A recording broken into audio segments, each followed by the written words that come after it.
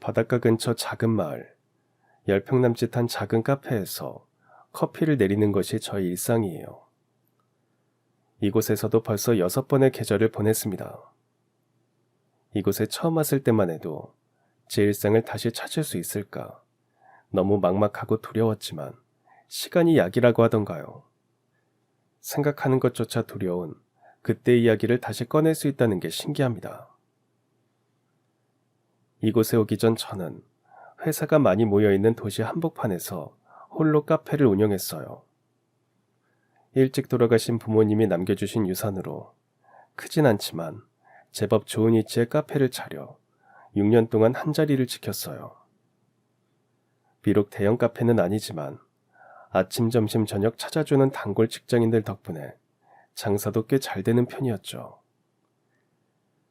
저는 남들보다 일찍 아침을 시작해요. 근처 회사원들이 주 고객이기 때문에 아침 7시부터는 카페 문을 열어둡니다. 6년을 한결같이 보내는 저를 보고 누군가는 대단하다고 하지만 남자친구도 없고 친구도 곁에 없는 저에게 카페는 유일한 낙이고 사람을 만나는 소중한 공간이에요. 정신없이 아침 출근길 손님을 맞이하고 나면 곧바로 점심 손님 맞이 준비를 해요. 카페 운영을 혼자 하고 있기 때문에 눈코 뜰 새 없이 바쁘지만 제 커피를 찾아주는 손님들을 맞이하는 게 제 작은 기쁨이에요. 제가 잠시 숨을 돌릴 수 있는 시간은 직장인들의 점심시간이 끝난 후예요. 퇴근길 손님이 몰리기 전까지는 손님도 없고 제법 한가해서 혼자만의 여유를 보낸답니다.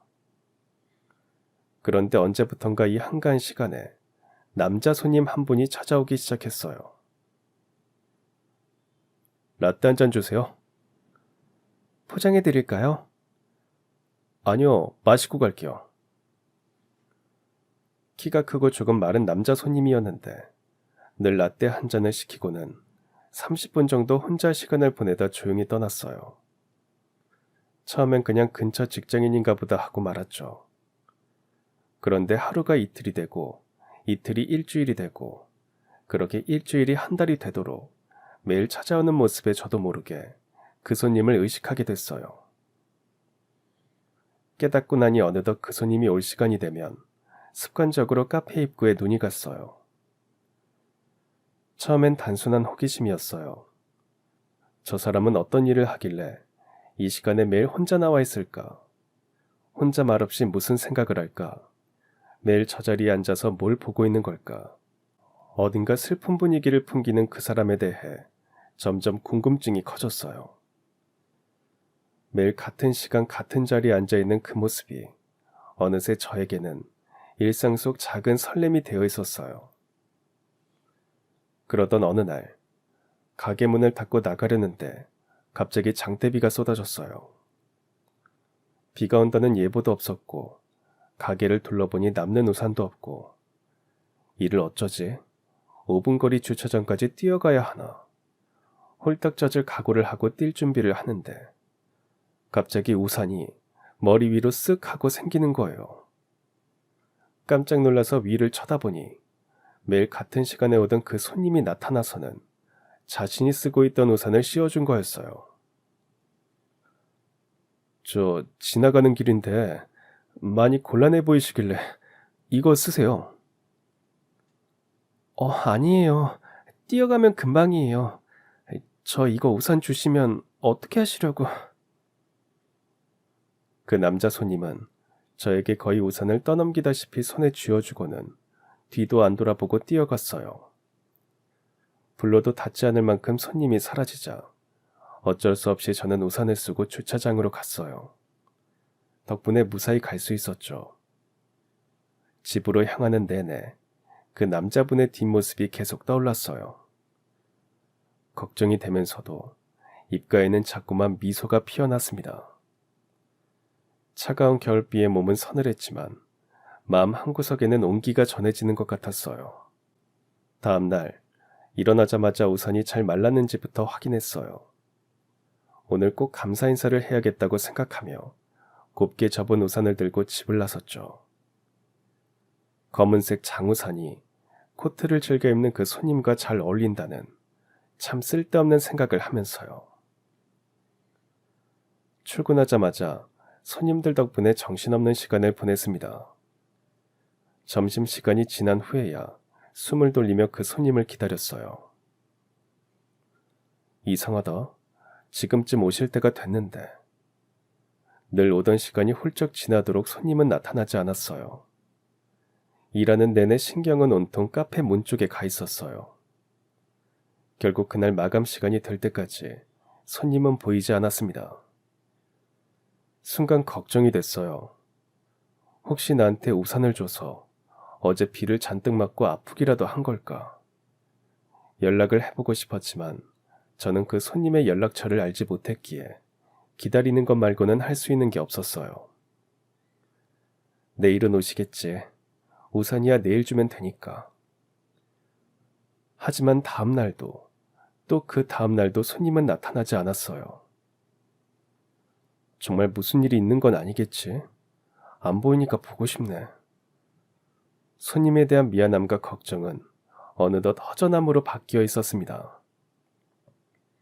그렇게 나흘째 되던 날, 드디어 그 남자 손님이 가게에 찾아왔습니다. 너무 반가운 마음에 저도 모르게 소리를 질렀어요. 손님, 왜 이제 오신 거예요? 제 모습에 흠칫 놀라던 그 남자 손님은 매력적인 웃음을 지으며 저에게 말했어요. 사실 그날 제가 몸이 좀 안 좋았나 봐요. 제대로 몸살에 걸렸습니다. 아, 창피하네요. 죄송해서 어쩌죠. 저한테 우산을 주셔서. 미안해하지 마세요. 제가 그러고 싶어서 그런 건데요. 제가 마침 그 시간에 지나가서 다행이었어요. 사장님이 아프시면 이 주변 직장인들 울어요. 사장님 커피 예술이잖아요. 기분 탓인지 아직도 좀 창백해 보이는 손님을 위해 저는 더 정성껏 라떼를 내렸어요. 라떼와 케이크 한 조각을 가지고 처음으로 손님 테이블에 앉았어요. 이거 오늘은 제가 살게요. 별거 아니지만. 제가 라떼 먹는 건 어떻게 하셨어요? 어떻게 몰라요. 매일 드시잖아요. 혹시 다른 거 드시고 싶으시면 말씀만 하세요. 저 사장님 라떼면 충분해요.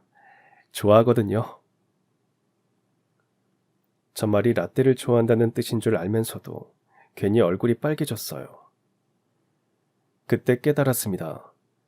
이 사람에 대해 호감을 느끼고 있다는 사실을요. 이날 이후 우리는 조금씩 가까워졌어요. 서로의 이름을 알게 됐고 연락처를 알게 되었어요. 이제 그는 카페 마감 시간이 되면 왔어요. 저 대신 청소를 하기도 하고 설거지를 하기도 했죠. 제발 그러지 말라는 제 말에 저의 라떼면 된다며 웃는 남자. 그 모습이 어쩐지 마음이 아려웠습니다. 가끔 함께 먹던 저녁이 매일 함께 먹는 것으로 바뀌었을 때 저는 이미 그에게 마음을 홀딱 빼앗긴 상태였어요. 이런 감정이 저에게 다시 생길 거라고 상상도 하지 못했는데 저조차도 이런 제 모습이 낯설게 느껴졌어요. 사실 저는 6년 넘게 혼자였어요. 결혼까지 생각했던 남자친구가 있었지만 저 몰래 바람을 핀다는 사실을 알게 됐을 때 제 세상은 무너졌어요. 그때 받은 충격 때문에 더 이상 남자는 믿을 수 없을 것 같았어요. 그 우울감을 버티기 위해 카페를 차렸고 6년 동안 카페 일에만 매달리며 살아왔어요. 이렇게 평생 혼자 살아도 되겠다고 생각했을 때 그 사람이 나타난 거죠. 이 사람은 달랐어요. 묵묵하게 제 옆을 지켜줬어요. 제가 부담스러워하지 않게 선을 지키는 모습에 오히려 제가 안달이 났던 것 같아요. 같이 보내는 시간이 많아질수록 이 사람과 함께하는 모습을 자꾸 상상하게 됐어요. 이 사람과 함께라면 행복해질 거라는 확신까지 생겼죠. 그런데 제 마음이 깊어질수록 고민이 커졌습니다. 상대방도 분명 나와 같은 마음이라고 느꼈는데 아무리 기다려도 고백할 기미가 보이지 않았거든요. 그래서 결심했습니다. 뒤늦게 다가온 이 사랑을 놓치지 말자고. 저는 용기를 내기로 했고 조심스레 그에게 고백했습니다. 기태 씨, 저 할 말이 있어요. 이미 알고 계실지도 몰라요. 저 기태 씨 좋아해요. 이렇게 매일 밥 친구하는 거 이제 연인 사이로 함께 했으면 좋겠어요. 놀라겠지만 당연히 좋아할 줄 알았는데, 그리고 바로 먼저 고백하지 못해서 미안하다고 할 줄 알았는데 그는 한동안 말이 없었어요. 도무지 속을 알 수 없는 표정을 보자 고백한 제 자신이 부끄러워졌어요. 이 모든 게 나 혼자만의 생각이었구나. 기태 씨는 나를 정말 친구로 좋아했던 거였는데 주제도 모르고 들떠서는 부담을 줘버렸구나. 우정의 관계마저 망쳐버린 제 자신이 한심스러웠어요. 혹시 부담되셨다면 죄송해요. 제 마음을 전하고 싶어서. 저도 모르게 울먹이는 모습에 놀란 눈을 한 그가 고개를 푹 숙이더니 입을 뗐어요. 사실 전 지은 씨의 마음을 받을 자격이 없어요. 저 사실 아이가 있어요. 생각지도 못했던 말이 그의 입에서 나왔을 때 순간 마음이 철렁했어요. 그동안 아무런 말도 없었는데 설마 거짓말인가? 그 정도로 내가 싫은 건가 하는 나쁜 생각까지 들었어요. 거짓말까지 하실 건 없잖아요. 그냥 싫다고 하셔도 돼요. 저 거짓말이 아니에요. 제 얘기 좀 들어주세요. 그의 애처로운 눈빛은 거짓을 말하는 것 같진 않았어요. 그래서 끝까지 이야기를 듣기로 했습니다. 담담히 얘기하는 그의 말에선 슬픔이 묻어났어요. 사실 그에겐 아내가 있었는데 1년 전 암으로 세상을 떠났고 지금은 6살짜리 딸을 홀로 키우고 있다고 하더군요. 아내를 잃고 정신없이 방황하던 시절 우연히 발견한 제 카페에서 죽은 아내가 좋아했던 라떼를 마시게 됐다고. 아내를 생각하며 하루 이틀 마시던 라떼였는데 활짝 웃으며 라떼를 건네주는 제 미소에 조금씩 위안을 받았다고. 그렇게 매일매일 카페에 가는 자신을 보면서 라떼를 마시고 싶은 건지 제 미소를 보고 싶은 건지 자신도 혼란스러웠다면서요. 아내 떠난 지 얼마나 됐다고 이런 마음이 드는 제 자신이 너무 싫었어요. 우산을 들이고 다음날 아팠을 때 차라리 잘 됐다고 생각했어요. 이제 더 이상 카페에 가지 말자. 지은 씨에 대한 헷갈리는 마음은 그냥 그런 채로 놔버리자고요. 그런데 그 아픈 와중에도 지은 씨 얼굴이 생각났어요. 생각을 안 하려고 해도 자꾸 생각이 났어요. 그냥 보고 싶다는 마음만 간절했어요. 우리가 같이 밥을 먹게 됐을 때 그때 얘기해주지 그랬어요. 지은 씨 마음이 저와 같을 거라고 생각 못했어요. 그냥 저 혼자만의 짝사랑이라고 생각했어요. 이렇게 옆에서 친구로 있는 걸로 만족하려고 했어요. 미안해요 정말. 저는 자격이 없어요. 이대로 만나고 싶지 않다고 하셔도 받아들일게요. 힘겹게 한마디 한마디 뱉어내는 그의 모습에 속았다는 생각보다는 안쓰러운 마음이 더 커졌습니다. 말하지 못한 자신이 얼마나 더 괴로웠을까요? 오히려 제 고백을 받자마자 솔직하게 털어놓는 그의 모습에서 진솔함이 전해졌달까요? 누군가를 진심으로 사랑해본 적이 있는 사람이라면 알 거예요. 사랑하는 사람의 사연이나 상처 때문에 그 마음이 작아지지 않는다는 걸요. 오히려 제가 그의 아픔을 보듬어줘야겠다고 다짐했어요. 앞으로도 기태씨 라떼는 내가 책임질게요. 지은씨 고마워요. 제가 정말 잘할게요. 대신 이제 더 숨기는 거 없기에요. 걱정 말아요. 실망시키는 일 없어요. 그렇게 우리는 연인이 되었습니다. 알면 알수록 그는 더 진중하고 다정한 사람이었어요. 저의 모든 것을 품어주는 그가 점점 더 좋아졌어요. 천천히 많은 것을 나누며 어느덧 우리는 서로의 전부가 되어가고 있었어요. 그러다 보니 자연스럽게 그의 딸과도 만나게 되었어요.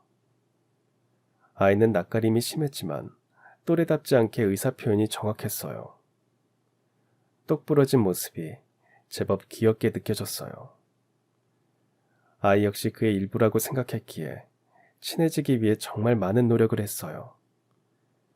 손님이 없는 한가한 시간에 아이를 카페에 불러 함께 쿠키를 만들기도 하고 간식을 나눠 먹기도 하고 가끔 밖에 나가 산책을 하기도 하고 제 선에서 할 수 있는 건 다 해보려고 했죠. 굳이 이렇게까지 해야 하나 싶을 때도 있었지만 그의 웃는 모습을 쏙 빼닮은 아이가 저를 좋아해 주길 바랬어요. 이런 모습 덕분인지 아이는 어느 순간 저를 먼저 찾게 되었어요. 그가 바쁠 때면 자연스럽게 제 카페에 왔고 저와 둘만의 시간을 보내는 것을 좋아했어요. 슬픔에 빠져 홀로 시간을 보내던 그의 테이블이 이제 그의 딸과 저의 웃음소리로 채워지는 것 같아 마음이 따뜻해지는 기분이었어요. 그날도 바쁜 그를 대신해 아이와 둘이 시간을 보내고 있었어요. 아이를 위해 색칠 공부책과 색칠 도구를 준비해 함께하고 있는데 아이가 엄마 이야기를 꺼냈어요. 제가 먼저 아이 엄마 이야기를 꺼내는 편은 아니지만 어린 나이에 엄마를 그리워하는 것은 당연하다고 생각했기에 아이가 편안하게 이야기할 수 있게 반응해야겠다 생각했어요. 엄마랑 병원에서 색칠 공부했는데 그거 너무 예뻐서 계속 가지고 다녔는데 이제 없어요. 지금은 어디에 있어? 엄마 하늘나라 갔을 때 하늘에서 비 왔어요. 그래서 종이가 비 때문에 찢어졌어요. 겨울에 비 와서 많이 추웠을 텐데 엄마 생각하면서 손에 꼭 쥐고 있었구나. 아, 엄마가 아윤이 그림이 보고 싶어서 가져가셨나 봐. 안 추웠어요. 유치원 여름방학이라서 엄마한테 맨날 갔어요. 아이의 말을 듣는데 순간 이상했어요.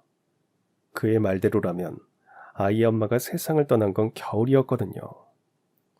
그런데 아이 말대로라면 그가 카페에 처음 왔을 때도 아이의 엄마가 살아있었다는 소린데 의아했지만 큰 충격을 받으면 아이들의 기억이 뒤엉키는 경우도 있다는 얘기를 어디선가 본 게 기억이 나서 순간 헷갈렸겠거니 생각했어요. 나중에 그에게 물어보면 될 문제라고 대수롭지 않게 넘어갔는데 그때 그러지 말았어야 했습니다. 그 뒤로 이 일은 제 머릿속에서 지워졌어요. 그와 결혼 이야기가 나오면서 나름대로 바쁜 시간을 보내야 했거든요. 그와 결혼까지 하게 될 거라고는 생각하지 않았지만 아이의 유치원 체육대회에 함께 참여했던 그날 결국 결혼을 결심했어요. 아윤이가 요즘 유치원에서 어머니 얘기를 많이 해요. 쿠키 만든 것도 나눠주면서 자랑을 하더라고요. 그래요? 저한테는 별말을 안 해서. 예전엔 말이 많은 편이 아니었는데 요즘 부쩍 말수가 많아졌어요. 대부분 다 어머니랑 했던 것들 자랑이지만요. 아윤이가 어머니를 정말 좋아하는 게 느껴져요. 좋으시겠어요. 정말요? 선생님, 우리 아윤이 잘 부탁드려요. 엄마의 정을 많이 그리워했었구나 생각하니 가슴이 미어졌어요. 아무리 아빠가 챙겨준다고 한들 엄마의 손길을 따라갈 수는 없으니까요. 더군다나 여자아이인데 앞으로 살면서 얼마나 엄마가 필요할까. 엄마가 일찍 돌아가셔서 사춘기를 혼자 보냈던 제 생각이 나면서 더 마음이 쓰였어요. 자꾸만 복잡해지는 마음에 저의 유일한 친구에게 전화를 걸었어요. 사실 그와의 교제에 대한 이야기는 했지만 친구가 걱정할까봐 전처나 아이에 대한 이야기는 하지 않았거든요. 전화로 이 사실부터 시작해서 최근 결혼을 결심한 이야기까지 털어놓자 아니나 다를까 친구는 펄쩍 뛰었어요. 벌써부터 더위 먹었니? 너 지금 무슨 소리 하는지 알긴 해? 그런데 자꾸만 마음이 쓰여. 너도 알잖아. 내가 엄마 없이 많이 외로워했던 거. 그리고 나 요즘 행복해. 그냥 이렇게 혼자 살다가 죽을 줄 알았는데 내 가족이 생긴 것 같아. 내가 말리면 이 결혼 안 할 거야? 그냥 나 믿어주면 안 될까? 아, 그럼 하나만 약속해줘. 혼인신고는 결혼하고 1년 뒤에 하겠다고. 뭐? 왜 그렇게 해야 되는데? 너 애 키우는 게 쉬운 줄 알아? 내 배 아파서 낳은 자식도 키우기 힘든데 막말로 남의 애는 어떻겠어? 나는 내 애니까 꿀밤 때려도 괜찮지만 너는 괜히 계모가 구박하네 소리 들어. 다 너를 위해서니까 제발 이것만은 내 말 들어줘. 알겠어. 그런데 우리 아윤이 정말 착하고 똑똑해. 아휴, 더 이상 내가 무슨 말을 하겠어. 아무튼 내 말 명심해. 친구는 걱정하는 것 같았지만 그래도 다 털어놓고 나니 마음이 편해졌어요. 그가 반지를 들고 프로포즈 하던 날 그에게 말했어요. 우리 결혼식은 하지 말아요. 셋만의 파티를 했으면 좋겠어요. 지훈 씨, 고마워요. 저 알고 있었거든요. 우리 재훈이 너무 이른 건 아닌지 그가 고민하고 있다는 걸요. 사별한 지 얼마 되지도 않았는데 재혼한다고 손가락질 받진 않을까. 이 모습이 아이에게 상처가 되진 않을까. 걱정하고 있을 그의 마음을 알기에 그의 고민을 덜어주기로 했어요. 미안해요. 한 번뿐인 결혼인데 결혼식도 제대로 못 해주고. 그런 소리 말아요. 우리 셋만 축하면 되지. 그거 알죠? 내 인생에 결혼은 없었던 거. 근데 기태 씨가 결혼하고 싶게 만들었잖아. 지은 씨는 꿈 같아요. 내가 어떻게 이런 사람을 만났지. 정말 행복하게 해줄게요. 그 말 꼭 지켜요. 그리고 신혼여행 가기 전에 혼인신고하고 가요. 정말이요? 고마워요. 내 마음 알아줘서. 친구의 말대로 혼인신고는 천천히 하고 싶었어요. 결혼하고 정말 가족이 된 후에 해도 늦지 않다고 생각했는데 그는 생각이 달랐죠. 제게 청혼을 한 후부터 빨리 혼인신고하고 같이 살고 싶다고 노래를 불렀어요. 그래야 진짜 한 가족이 되는 것 같다고. 하지만 완강한 저의 태도에 더 이상 이야기를 꺼내지 않더라고요. 그러다 아윤이에게 하는 이야기를 우연히 듣게 됐고 결국 저는 마음을 바꿨습니다. 아윤이, 예쁜 지훈 이모가 엄마 되는 거 좋아? 응, 지훈 이모 나 예뻐해줘. 유치원에도 맨날 와줬으면 좋겠어. 지훈 이모랑 같이 사는 거 괜찮아? 맨날 이모랑 같이 살 거야. 이모는 하늘나라 안 가지. 아윤이랑 맨날 같이 있지? 그럼 이모가 이제 엄마니까 평생 아윤이랑 같이 살 거야. 나를 온전히 가족으로 받아주는 두 사람. 서류까지 가족이 되면 더 완벽한 가족이 될 수 있겠다는 생각이 들었어요. 지금 하나 1년 뒤에 하나 우리 셋은 변함없을 테니까요. 그렇게 우리 세 사람은 카페에서 우리만의 소박한 결혼식을 올렸습니다. 파티용품을 사서 함께 풍선도 불고 벽을 장식하고 꽃잎으로 버진 로드도 만들었어요. 사회도 주례도 수많은 하객도 없었지만 셋이 함께 만들어서 그런지 더 의미 있게 다가왔어요. 그 어떤 결혼식도 부럽지 않았어요. 큰 케이크를 셋이 함께 자르며 우리가 가족이 된 걸 진심으로 축하했어요. 이 순간이 영화의 한 장면처럼 느껴졌습니다. 그리고 이 행복한 영화가 영원히 끝나질 않길 바라고 또 바랬어요. 나에게도 이런 행복이 찾아올 수 있구나. 정말 나의 가족이 생기는구나. 웃고 있는 두 사람의 얼굴을 보니 울컥해서 눈물이 날 것만 같았습니다. 이모, 아니, 엄마, 오늘 정말 예뻐요. 고마워. 근데 우리 아윤이가 엄마보다 더 예뻐. 그렇게 웃음이 끊이지 않았던 우리만의 결혼식도 무사히 끝났습니다. 다음 날, 우리 셋은 제주도로 신혼여행을 떠나기로 했어요. 며칠간 회사를 비워야 하기에 그는 떠나기 전 업무 정리할 게 있다며 회사로 떠났고 저는 아이와 함께 짐을 정리하기로 했습니다. 제가 살고 있는 집 계약 문제 때문에 아직 살림을 합치기 전이라 저는 짐을 미리 챙겨온 상태였고 아이 짐을 챙겨야 했어요. 아이 속옷부터 잠옷, 가서 입을 옷, 세면도구, 아이 짐을 챙기는 건 처음이라 빠진 게 없는지 이리저리 살피다가 아이에게 가져가고 싶은 게 있는지 물었어요. 제 말에 서랍 구석을 열심히 찾던 아이가 곰인형을 가져와서 저에게 주더군요. 곰돌이 가져갈 거야? 아니. 그럼 자랑하려고 가져왔어? 아, 귀엽네. 이거 엄마가 사준 건데. 그때까지만 해도 아이가 가져가고 싶은데 엄마가 사준 거라 눈치를 본다고 생각했어요.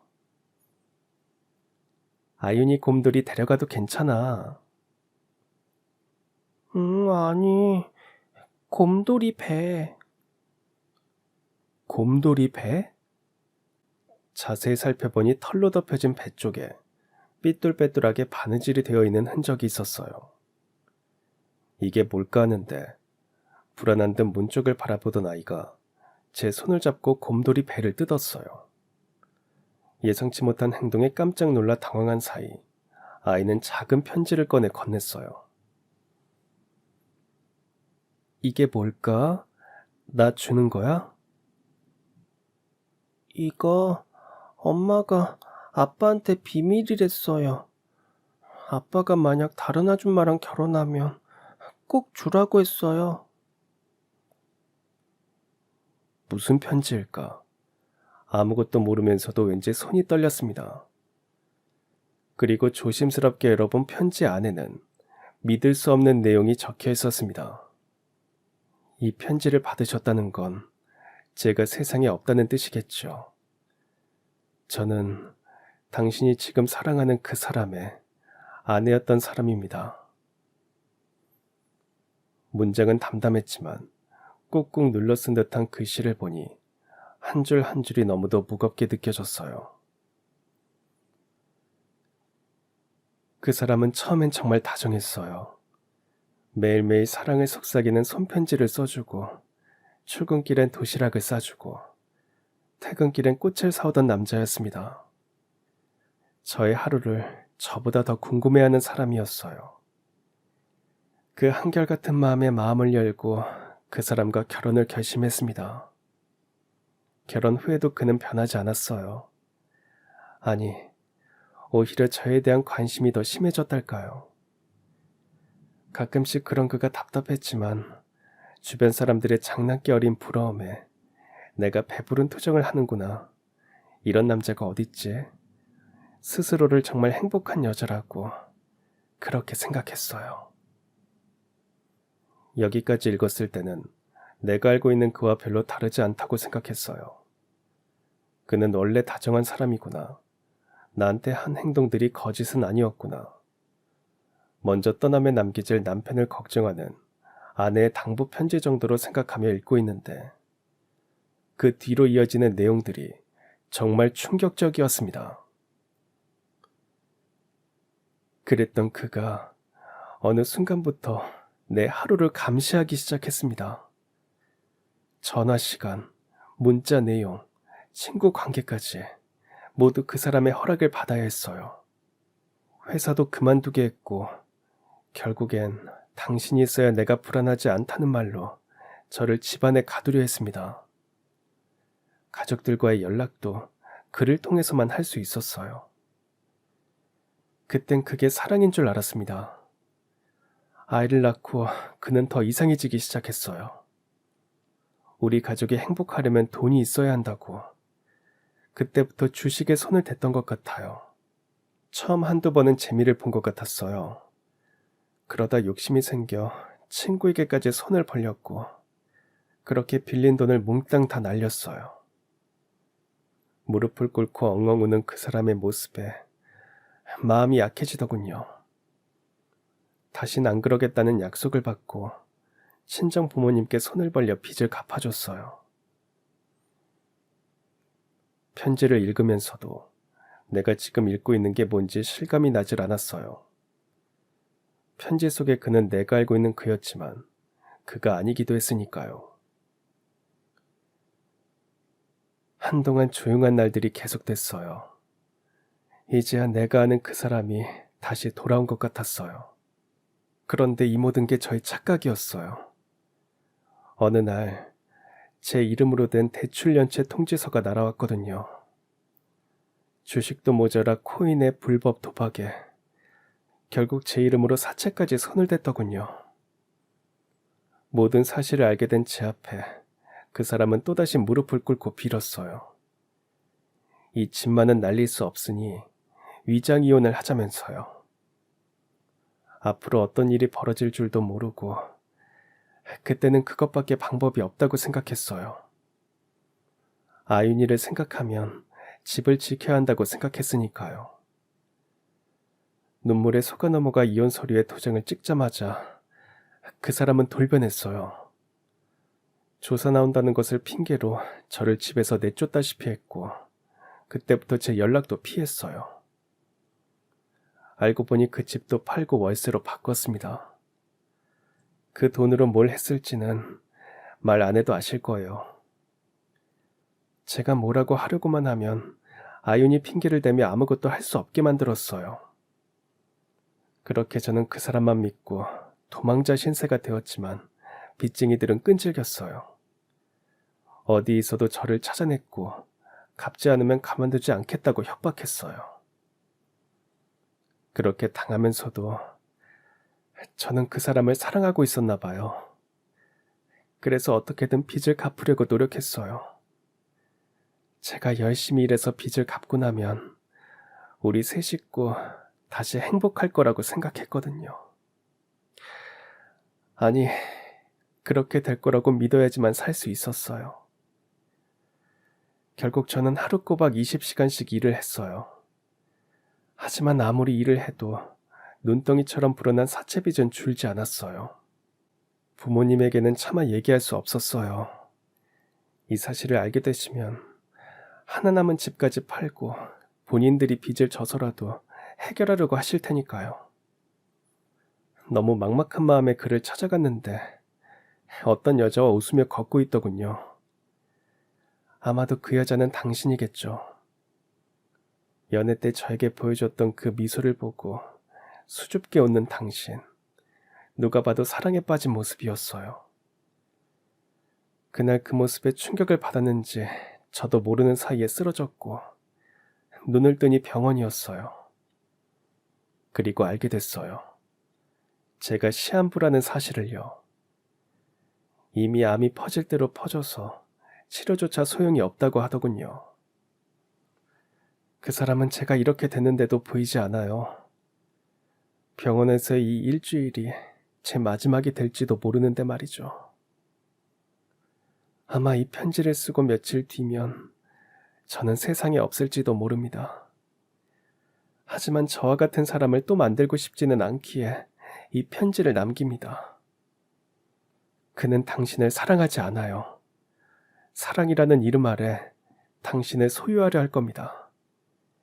그리고 이용 가치가 떨어지면 저처럼 버릴지도 모르겠어요. 부디 이 편지가 늦지 않게 전해지길 바랍니다. 마지막으로 염치 없지만 우리 아윤이를 부탁드립니다. 저희 부모님이 아윤이를 데려올 수 있게 이 이야기를 꼭 전해주세요. 저는 비록 용기가 없어 말하지 못했지만 아무것도 모르는 부모님에게 꼭 제 억울한 마음을 알려주세요. 편지를 읽어 내려갈수록 손이 덜덜 떨려왔습니다. 아윤이의 엄마가 죽기 직전 안간힘을 다해 눌러 쓴 글씨를 보니 제 마음속 어딘가가 무너져 내리는 것 같았어요. 이 편지 속의 인물이 나랑 오늘 결혼한 그 남자와 동일인이라고. 이게 정말 사실일까? 그 사람에게 물어봐야 하는 게 아닐까? 무슨 오해가 있던 건 아닐까? 정리되지 않은 온갖 생각이 머리를 뒤집어놨지만 만약 이게 사실이라면 그 순간 본능적으로 느꼈어요. 이게 사실이라면 이 편지를 들켜선 안 된다고. 그리고 잊고 있었던 그 이야기를 아윤이에게 다시 물었습니다. 아윤아, 엄마 작년 여름에 하늘나라 가셨다고 했지? 이모가 알기론 겨울인데 우리 아윤이가 헷갈렸나? 아니야. 엄마 병원 갈 때 예뻐 보이려고 공주 반팔 맨날 입었어요. 엄마 하늘나라 가는 날에도 제일 좋아하는 공주 반팔 입었어요. 그럼 아윤이 엄마랑 병원 가기 전에 같이 살았어? 아니요. 집에 무서운 아저씨들 왔었어요. 엄마가 같이 있으면 안 된다고 해서 엄마는 할머니 집에 간다고 했어요. 아윤이 엄마 보고 싶었는데 못 봤어. 근데 엄마 병원에 있을 때는 맨날 만났어요. 대수롭지 않게 여겼던 아이의 말이 사실이었다는 걸 알고 너무 후회스러웠어요. 왜 그때 물어보지 않았을까? 그 순간 그에게 전화가 왔어요. 심장이 미친 듯이 뛰었지만 아무렇지 않은 척 전화를 받았습니다. 지은 씨, 일이 생각보다 오래 걸리네요. 아무래도 더 늦어질 것 같아요. 들어가면 새벽일 텐데 미안해서 어쩌죠? 아, 괜찮아요. 천천히 해요. 아윤이는요? 아윤이 많이 피곤했는지 자네요. 지은 씨도 피곤할 텐데. 고마워요. 금방 갈 테니까 먼저 자요. 사랑해요. 어찌나 긴장했는지 손끝에는 땀이 맺혀 있었어요. 전화를 끊자마자 일단 이 집을 벗어나야겠다는 생각이 들었습니다. 그리고 아이에게 당부했어요. 아윤이는 엄마랑 비밀도 잘 지켰으니까 이모랑도 비밀 잘 지켜줄 수 있지? 잘 들어. 이 편지는 아빠한테 말하면 안 돼. 엄마랑 이모랑 비밀 편지야. 그리고 아윤이가 잠들면 이모는 잠깐 멀리 갔다 와야 돼. 아빠가 아윤이한테 이모 어디 갔냐고 물어보면 이모랑 같이 잠들었는데 일어나 보니까 없다고 하는 거야. 라고 할 수 있지? 자, 해보자. 이모 어디 갔는지 알아? 몰라. 잘 때 있었는데 어디 갔는지 몰라.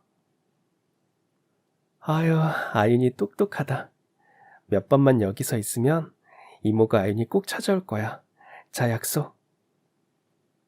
고사리 같은 작은 손으로 새끼손가락을 걸어 약속하는 아이의 모습에 알 수 없는 책임감마저 느껴졌어요. 얼마 안가 아이가 잠들었고 저는 가져왔던 캐리어를 들고 그대로 그 집을 나왔습니다. 일단은 집으로는 갈 수 없었어요.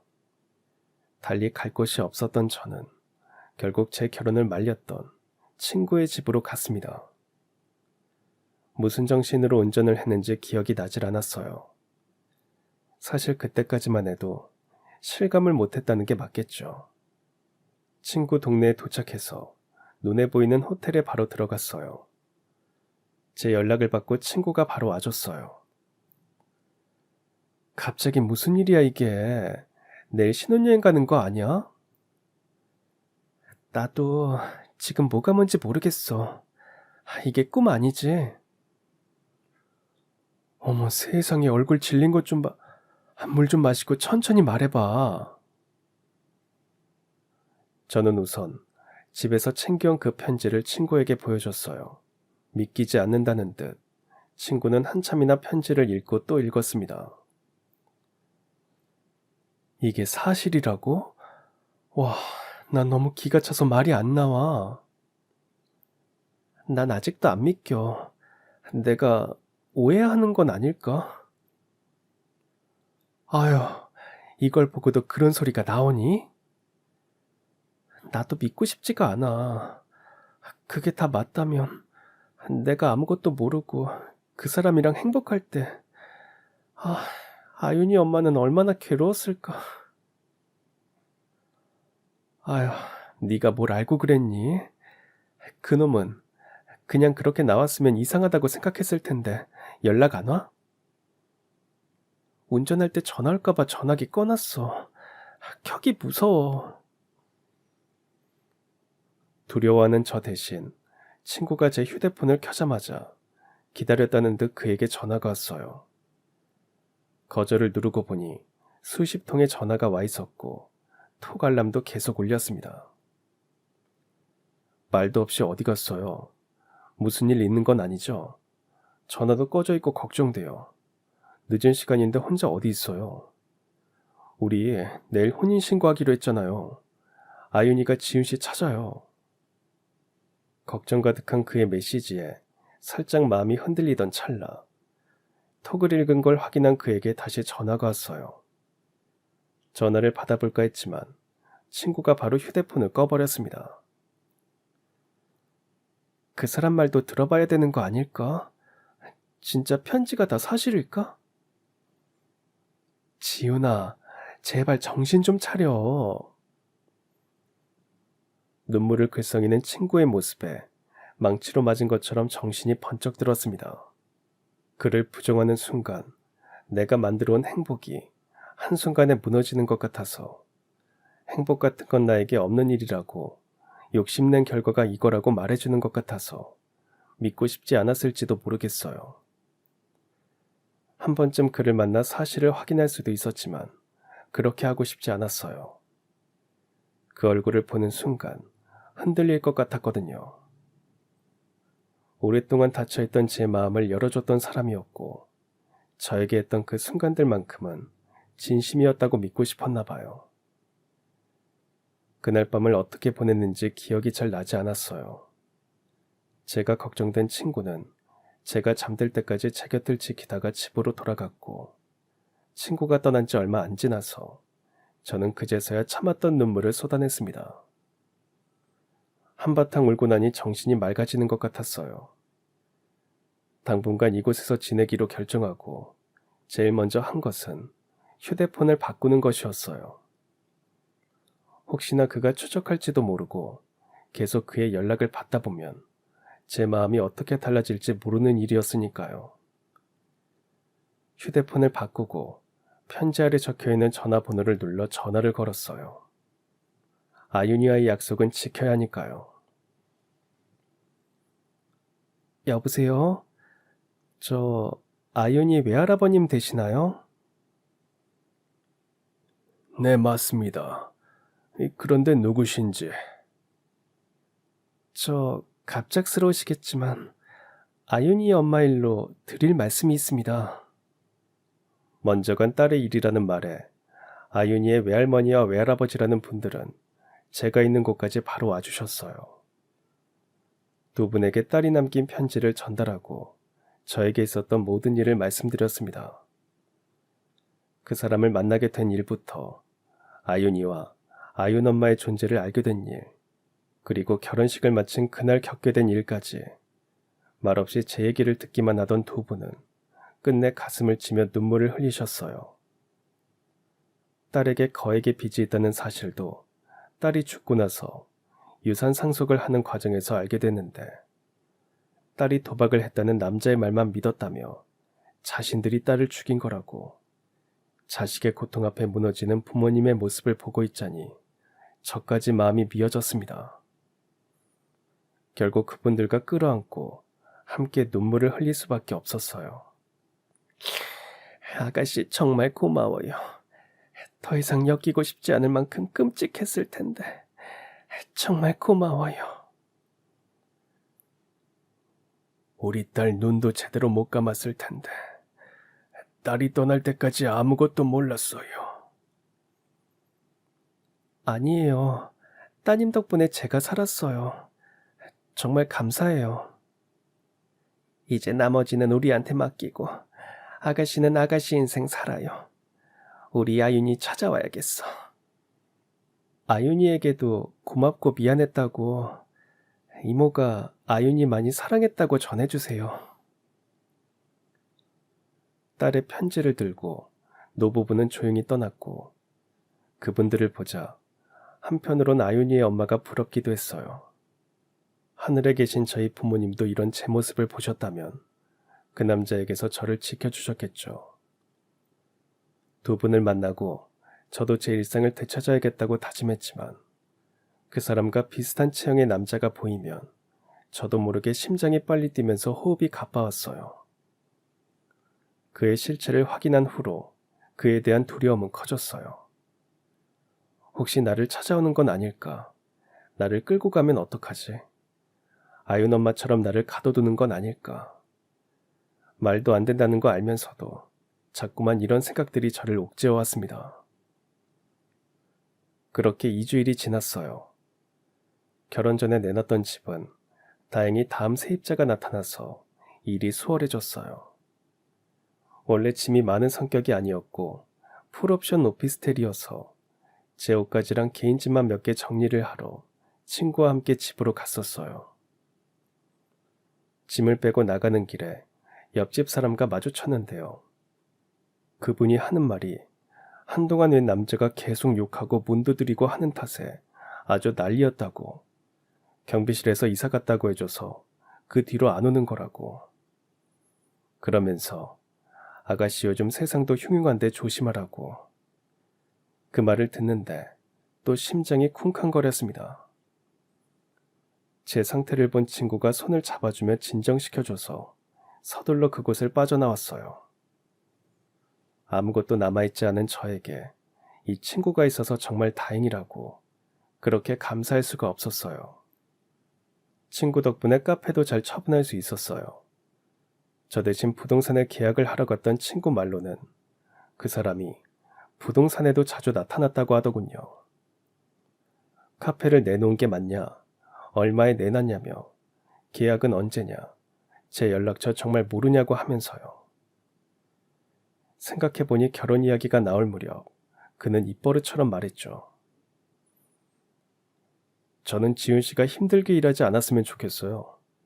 옆에서 봐서 알지만 카페 일이 얼마나 힘든데요. 에이, 요즘엔 기태 씨가 맨날 도와줘서 하나도 안 힘들어요. 그래요? 저도 아예 카페에서 같이 일할까요? 그럴래요? 부사장 시켜줄게요. 아무 생각 없이 했던 그때의 대화를 떠올려 보니 그 사람은 제 카페까지 노렸던 걸까요? 저는 정말 새로운 도박 자금으로밖에 보이지 않았던 걸까요? 혼인신고를 서둘러 하려고 했던 것도 다 그런 이유였던 걸까요? 만나면 따져 묻고 싶은 것이 많지만 저는 그를 제 인생에서 지우기로 했습니다. 그와 관련된 저의 흔적을 다 지우고 저는 부모님의 고향이라고 들은 바닷가 마을로 이사를 했어요. 제 결정을 들은 친구는 아이와 놀러가기 딱 좋다는 말로 제 선택을 응원해줬습니다. 그리고 그날 아윤이의 외할머니에게서 문자가 왔어요. 제가 전해준 아윤 엄마의 편지 덕분에 그 사람에게서 아윤이를 데려올 수 있었다고. 남자는 처음에는 뻔뻔하게도 편지의 내용이 사실이 아니라고 했답니다. 그러더니 결국 아윤이를 데려가고 싶으면 돈을 달라고 했대요. 그런데 아윤이의 꼴이 말이 아니었대요. 제가 떠난 후 제대로 케어를 못한 건지 신고하는 대신 아윤이를 데려가는 것에 합의를 했다고 하네요. 다만 완전히 법정 양육권자가 되기 위해 법원에 양육권 청구 신청까지 했다고 하셨어요.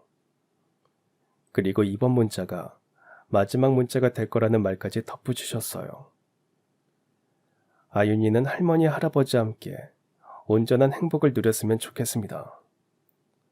아윤이를 생각하면 빚을 진 것처럼 마음 한구석이 아려와요. 한때는 서로의 가족이 되는 행복한 그림을 그렸었는데 만약 아윤이가 그날 편지를 주지 않았다면 제 인생은 어떻게 되었을까요? 바닷가 마을은 참 조용한 곳이었어요. 6년 만에 처음 생긴 휴가인데 막상 저는 아무것도 하지 못했어요. 쉬는 법을 까먹은 사람처럼요. 그렇게 어떤 날은 하루 종일 바닷가를 걷기도 하고 어떤 날은 집에 틀어박혀 종일 잠을 자기도 하고 화단에 꽃을 심기도 하고 그렇게 하루하루 내가 뭘 좋아하는 사람인지 찾으려 했던 것 같아요. 그리고 저를 위해 정기적으로 병원도 다녔어요. 그냥 있을 수 있는 일이라고 생각했는데 당시 그 일이 저에게 꽤 큰 트라우마로 남았나 봐요. 의사 선생님과 상담도 하고 약도 먹으면서 다행히 지금은 아주 많이 괜찮아졌습니다. 몇 달 정도 지나 이곳 생활에 적응할 때쯤 친구가 놀러 왔어요. 그리고 조심스럽게 물었습니다. 그놈 있잖아. 어떻게 지내는지 얘기해 줄까? 아니야, 내가 알아서 몰래. 그냥 없는 사람이라고 생각할래. 그래? 아니, 그 부동산 사장님 있잖아. 오지랖이 얼마나 넓은지 나한테까지 전화해서 알려주더라고. 내가 피할 이유가 없는 것 같아. 얘기해줘. 용기를 내서 듣게 된 부동산 사장님의 이야기는 충격적이었어요. 아니, 어쩌면 당연한 이야기겠죠. 월세로 바꿨던 본인의 집은 그 월세마저 내지 못해 결국 쫓겨났고 회사 돈을 횡령해 도박을 한 것도 모자라 도박 사기까지 연루돼서 경찰이 쫓고 있다고. 거기다 죽은 아내한테 떠넘긴 빚을 받아내겠다고 사채업자들까지 눈에 불을 켜고 찾고 있다고. 들리는 소문에 의하면 빚쟁이들 피해서 어디 고깃배를 타고 밀항하려다가 사라졌다는 얘기도 있다면서. 죽은 게 아니면 잡히는 건 시간 문제라고. 혹시 연락 오면 꼭 경찰에 신고하라고요. 예상했던 것보다 더 최악인 그의 모습에 어쩐지 헛웃음이 났습니다. 이보다 더 밑바닥을 볼 수 있을까요? 일말의 동정심마저 완전히 사라지는 것 같았습니다. 그리고 이상하게도 이 소식을 듣고서야 오랜만에 제대로 숨이 쉬어지는 느낌이 들었어요. 그동안 항상 답답하게 남아있던 마음속 돌덩이. 정말 그런 사람이었을까에 대한 그 무거운 질문에 대한 답을 찾은 것 같았거든요. 그동안의 일을 떠올렸더니 저도 모르는 사이 눈물이 흘러내렸어요. 아이고, 내가 괜한 말을. 그런 사람 소식 뭐가 궁금하다고. 나 왜 눈물이 나지? 아니야, 나 이제 괜찮아. 정말 괜찮아졌어. 저를 토닥이며 달래주는 친구에게 말했어요. 어쩌면 저에게 하고 싶은 말이었던 것 같아요. 나 이제 진짜 벗어날 수 있을 것 같아. 내가 도망치고 싶었던 건 그 사람이 아니라 온 맘 다해 그 사람을 사랑했던 나의 모습이었어. 이제 그런 내 모습을 미련 없이 보내줄 수 있을 것 같아. 그 뒤로 저는 제가 잘할 수 있는 일을 해보기로 다짐했어요. 6년을 한결같이 해왔던 내가 좋아하는 그 일을요. 마침 운 좋게 바다가 보이는 작은 가게를 얻을 수 있었어요. 비록 테이블 몇 개 놓을 수 없는 작은 공간이지만 오히려 그래서 마음에 더 끌렸는지도 몰라요. 이 작은 공간이면 저만의 행복을 채우기에 넘치지도 부족하지도 않을 것 같았거든요. 이곳은 평소에는 고요한 작은 바닷가 마을이지만 여름, 겨울엔 여행객이 제법 많이 오는 곳이에요. 덕분에 저도 먹고 살 만큼은 벌고 있어요. 어떤 날은 정신없이, 어떤 날은 한적하게, 그렇게 제 작은 공간을 찾아주는 사람들과 함께 계절을 온몸으로 느끼며 살아가고 있답니다. 그러면서 어제보다 오늘 더 나를 사랑하며 단단해지는 법을 배우고 있습니다.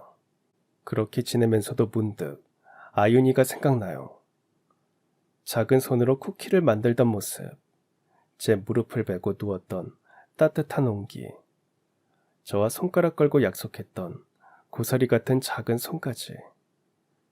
그럴 때마다 마음속으로 편지를 보내곤 해요. 평생 보낼 순 없겠지만요. 어린 나이에 겪은 이 상처가 다음날 일어나면 까먹는 꿈처럼 깨끗이 지워지길 바라면서요. 사람에 대한 배신으로 아파할 때마다 저를 구원해줬던 건 결국 사람이었어요. 그렇게 부대끼며 37년을 살아왔고 앞으로 남은 인생 또 어떤 일이 생길지 모르겠습니다. 인생이란 한치 앞을 알 수 없는 안개 같은 거니까요. 그래도 저는 매일매일 조금씩 안개 속으로 걸어갑니다. 가끔 걸어온 길을 돌아보기도 하고 잊기도 하고 그리워하기도 하면서 그렇게 살다 보면 언젠가 저에게도 인연이 나타나겠죠. 많은 분들의 사랑과 응원을 가슴에 간직하고 저는 앞으로도 씩씩하게 잘 살아가겠습니다. 감사합니다. 그럼 지금까지 사연 들어주셔서 감사합니다. 사연이 재밌으셨다면 구독과 좋아요 부탁드려요. 감사합니다. 안녕히 계세요.